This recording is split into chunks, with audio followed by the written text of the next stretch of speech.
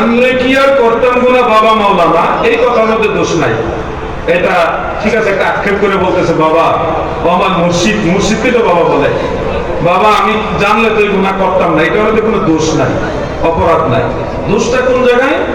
দোষটা হলো দ্বিতীয় লাইনে, না জানে ভুল করেছি ক্ষমা করো না।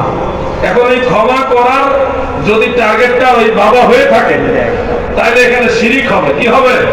শিরিক হবে, সে মুসলমান থেকে খারিজ হয়ে যাবে, তার তওবা করা লাজিম হবে, স্বামী স্ত্রীর সম্পর্ক জুড়া হয়ে যাবে। মারাত্মক। গুনাহ মাফ করার অধিকার একমাত্র আল্লাহ। কোরআন শরীফের আয়াতের মধ্যে এটা আছে। অতএব এই গান যিনি লিখছে উনি নিশ্চয়ই কোন আলেম না। আর যেগুলি জাহেলরা লিখছে, হিন্দু বেড়া গান লিখে গেছে, এটা আপনি মুসলমানে তো ভালোভাবে করেন না।